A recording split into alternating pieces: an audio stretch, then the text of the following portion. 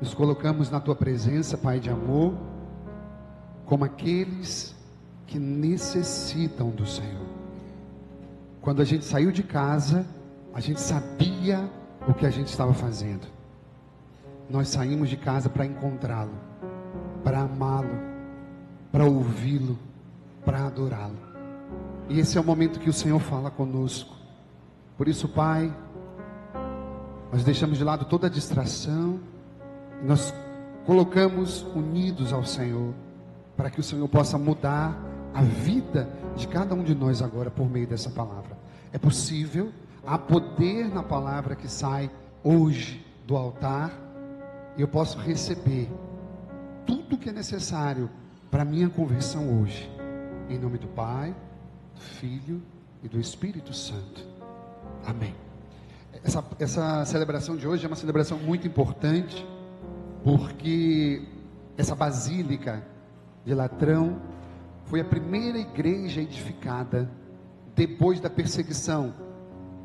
E aí você imagina, na era cristã, primeiro período foi um período de muita matança.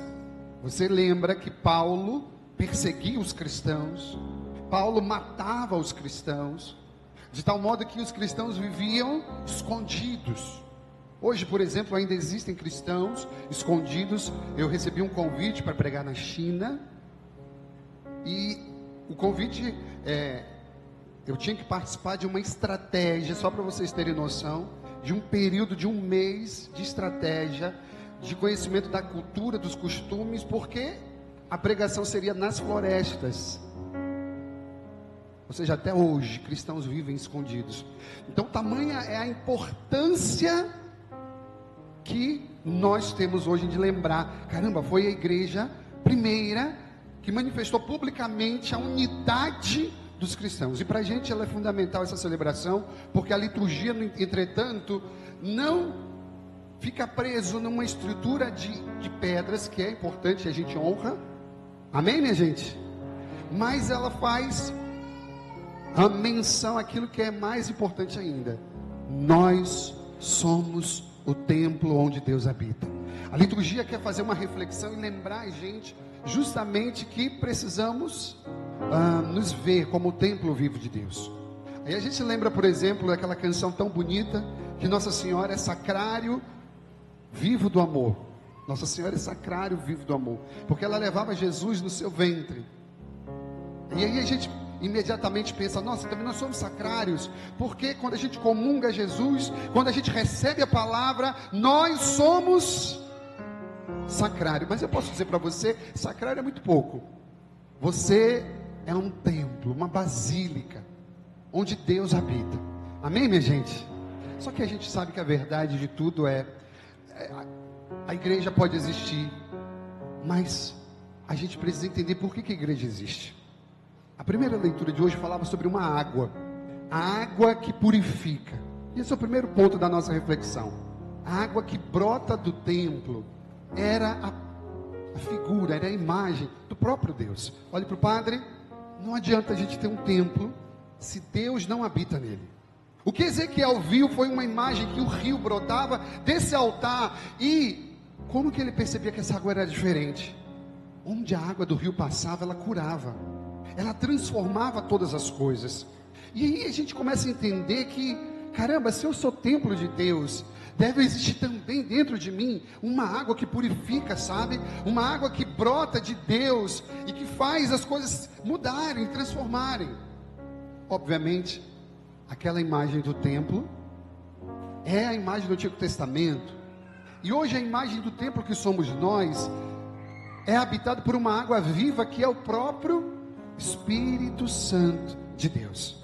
Bom, o projeto de Deus é maravilhoso, e diz então que o projeto de Deus é que nós cristãos não sejamos poço, onde a gente deixa a água lá parada, mas a gente seja fonte.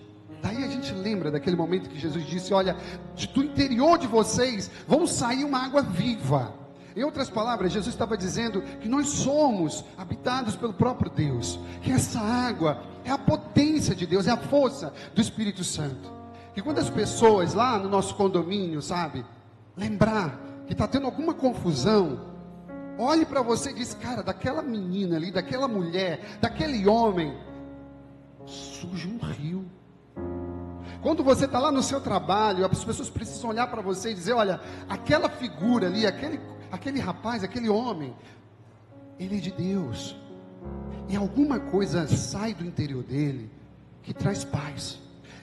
A gente não está entendendo, mas essa confusão toda que está acontecendo na nossa família, você precisa ser referência para lembrar e dizer: ele é de Deus, ele traz concórdia. Amém, minha gente? Porque senão não adianta você ter uma basílica linda, uma igreja bonita, perfumada, mas se dentro desse templo não sai uma água viva, uma água que jorra, que é a própria presença de Deus. E aí eu posso dizer, para que essa água jorre, a gente precisa mais de Deus e menos da gente.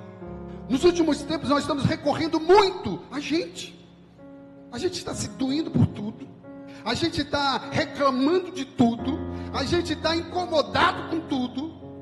Isso significa cada vez mais que o nosso olhar tem sido unicamente para a gente. Porque quando a gente olha para o altar, quando a gente olha para o Senhor, Ele está dizendo: olha, anda 2 quilômetros se te pede um, oferece a outra face. Olha, eu vou carregar a cruz por você. Ou seja, então a gente está fazendo o caminho contrário, Padre. E eu digo: é verdade. A água não está jorrando, Padre. E eu posso dizer: é verdade. Mas por quê? E aí é o segundo ensinamento, queridos irmãos e irmãs.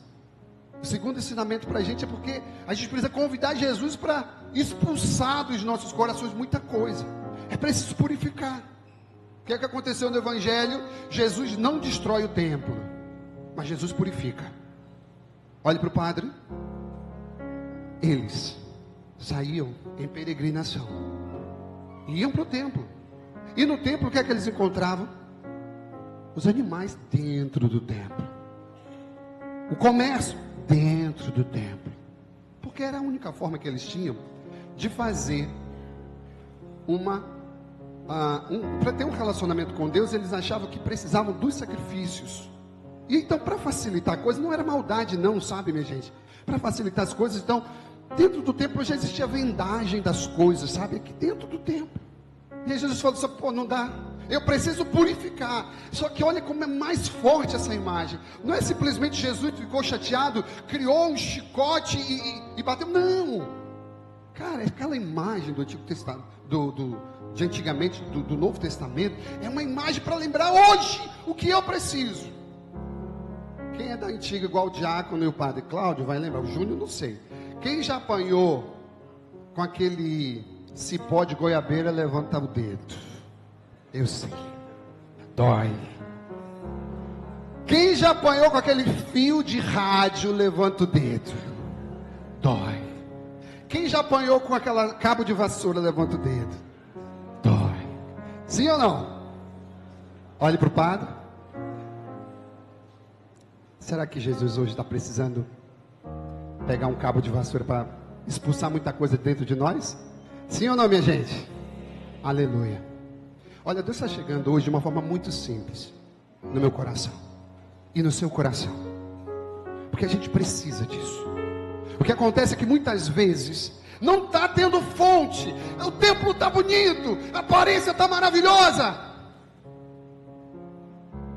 mas a água não está rolando, não está fluindo, não está saindo. E você que era a referência da tua família, não te chamam mais para rezar, não te chamam mais para conciliar. Lá no teu condomínio, lá na tua escola, você foi enchendo o templo de tanta coisa, que você foi se tornando mais um. Você foi se tornando igual a todo mundo.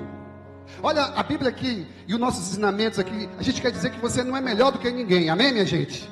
Mas quem é de Deus, sabe que Deus habita no nosso interior. E quem tem o Senhor habitando dentro de você, querido, é diferente, não tem jeito. Você é diferente. Você não precisa abrir a sua boca, mas você entra no lugar e as pessoas olham e dizem: esse é de Deus, aquela ali é de Deus. Sabe o que significa? Então eu preciso purificar, porque a Bíblia está dizendo o seguinte: ali era lugar, era casa de orar. Me ajude, era casa de oração, e não estava sendo. Na boa, se Jesus chegar aqui e olhar hoje, Ele prepara o chicote, Ele prepara o cabo de goiabeira, Ele prepara o fio de rádio. Ele vai encontrar aí dentro uma casa de oração. Ele vai encontrar aí dentro, na boa, ou uma casa de preocupação. Tem gente, desculpa eu falar, olha, eu abençoo a sua responsabilidade. Eu abençoo que você seja uma mulher responsável e um homem responsável, porque eu gosto disso. Quem é homem tem que honrar os compromissos. E mulher de Deus também. Agora me desculpe, se a tua vida é só para o trabalho, você vai se tornar alguém frustrado, frustrada. Vai chegar no final da sua vida, você vai olhar para trás e dizer: eu não conheço ninguém, eu não construí nada, a minha vida não tem sentido. Sabe o que eu quero dizer com isso, querido? Tem gente cujo coração, cujo templo não é lugar de oração, porque só se dedica ao trabalho, porque tudo na pessoa é o trabalho. Porque, gente, você tem família, amém? Você tem amigos, você tem vida espiritual, você tem igreja, você tem relacionamentos. Isso significa que você deve dar tempo a Deus, que você deve dar tempo à sua casa, à sua família, aos seus amigos. Nem tudo é ganhar dinheiro. E Jesus olhou e disse: ei, dentro de você, que era para ser casa de oração, só está sendo lugar de preocupação, lugar de ganhar dinheiro. E aí o padre está falando por esse lado, mas caramba, quantas coisas a gente está colocando lá no lugar da casa de oração? Talvez não seja o dinheiro não, sabe? Mas desculpa eu falar, a forma com a qual você endeusa seu marido não está correto. A forma com a qual você endeusa sua esposa, sua filha, seu filho, não está correto. E é por isso que você se vê seco.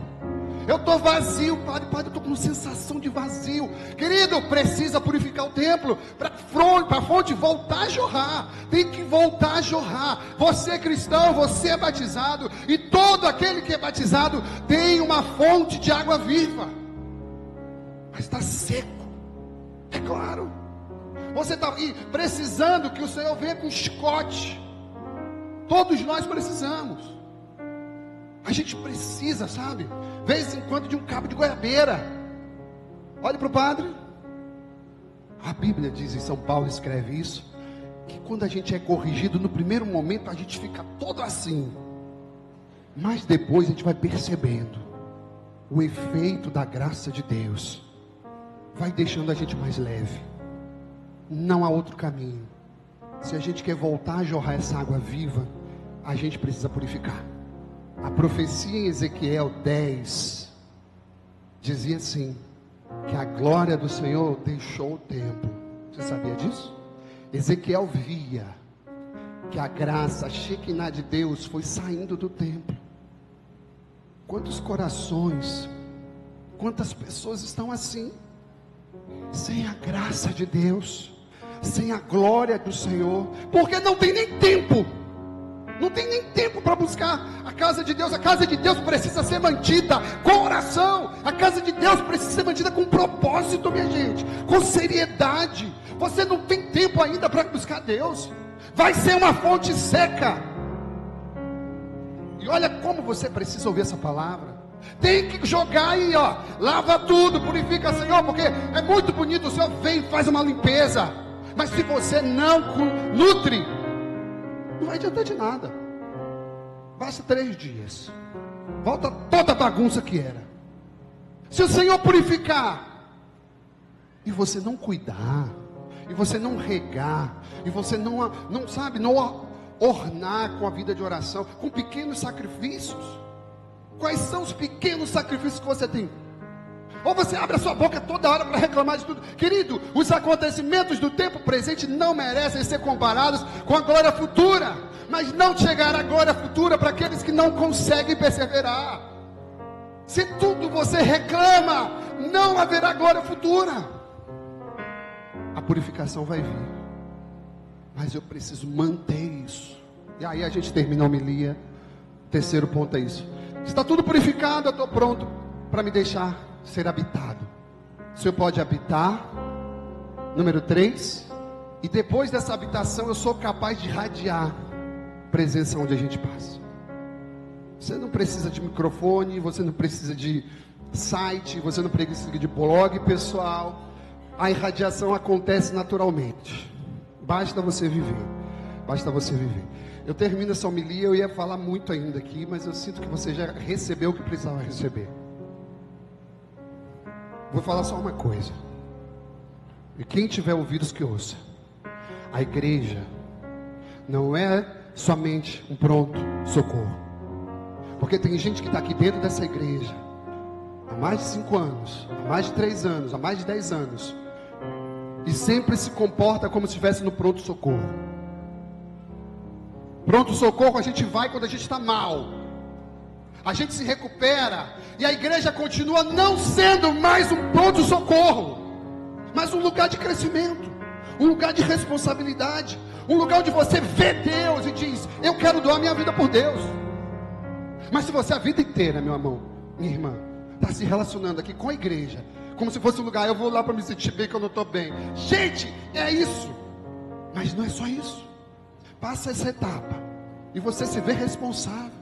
Eu sou a missão da igreja, eu sou a extensão da igreja. Eu quero ser aquilo que Jesus não pode mais ser, porque ele foi para o céu. Eu sou a extensão dos braços de Jesus, da perna de Jesus. Sabe como que é feito isso? Sendo fonte. Sabe como é que você se torna fonte? Permitindo que o Senhor possa lá lapidar, chicotear o que for necessário. A glória do Senhor se afastou, diz Ezequiel. Ezequiel 10, basta ler. Mas existe uma profecia que diz que no final dos tempos a glória da segunda casa vai ser maior do que o que recebeu a primeira. Sabe o que significa isso? Para aqueles que perseveram e que buscam o Senhor, só há espaço para a manifestação de Deus. Onde o rio passar, a água cura. Tem um bocado de fonte borbulhante. Você não é poço, você é fonte. Padre, estava seca. Deixa o Senhor purificar. E posso falar? Aqui agora eu termino, porque eu já falei demais. Não vai mudar nada na sua vida se você não mudar a estratégia. Ah, eu queria tanto receber esses milagres, eu queria tanto ser isso e aquilo. Não muda. Não vai mudar. Você tem que mudar em alguma coisa. A tua estratégia de oração tem que mudar. A tua postura tem que mudar. Você está fazendo da mesma forma. Matemática não é assim? Eu estava falando hoje de manhã sobre matemática. Eu gostava de matemática até o primeiro grau. O segundo grau eu detestava. Mas eu sabia que se eu errava daquele jeito, eu tinha que procurar outro caminho. Querido, hoje a palavra de Deus está chegando para você dizendo: não vai ser diferente do teu matrimônio. Não vai ser diferente da tua vida de inconstância. Não vai ser diferente da tua vida com Deus, se você não tiver uma outra estratégia. E a outra estratégia que Deus está lembrando hoje é: deixa eu purificar. Eu preciso expulsar muita coisa de dentro, deixa eu expulsar. Dói. A goiabeira doía pra caramba, o fio de rádio doía pra caramba. Mas dói muito mais a gente não permitir que Deus faça a obra dele na nossa vida. Amém, minha gente? Olha, dói muito. Gente boa, gente de Deus, se acostumou. Dói demais. Dói demais. Você serviu ao Senhor há quantos anos? E você lida com isso toda hora. Gente, não dói, não tem coisa que dói mais do que a gente viver na mornidão da fé. Deus é Deus. A minha casa é a habitação dele. E eu digo mais: esse templo é para fluir, é para abençoar a vida das pessoas. Receba essa palavra em nome do Pai, do Filho e do Espírito Santo. Amém. Creio em Deus Pai.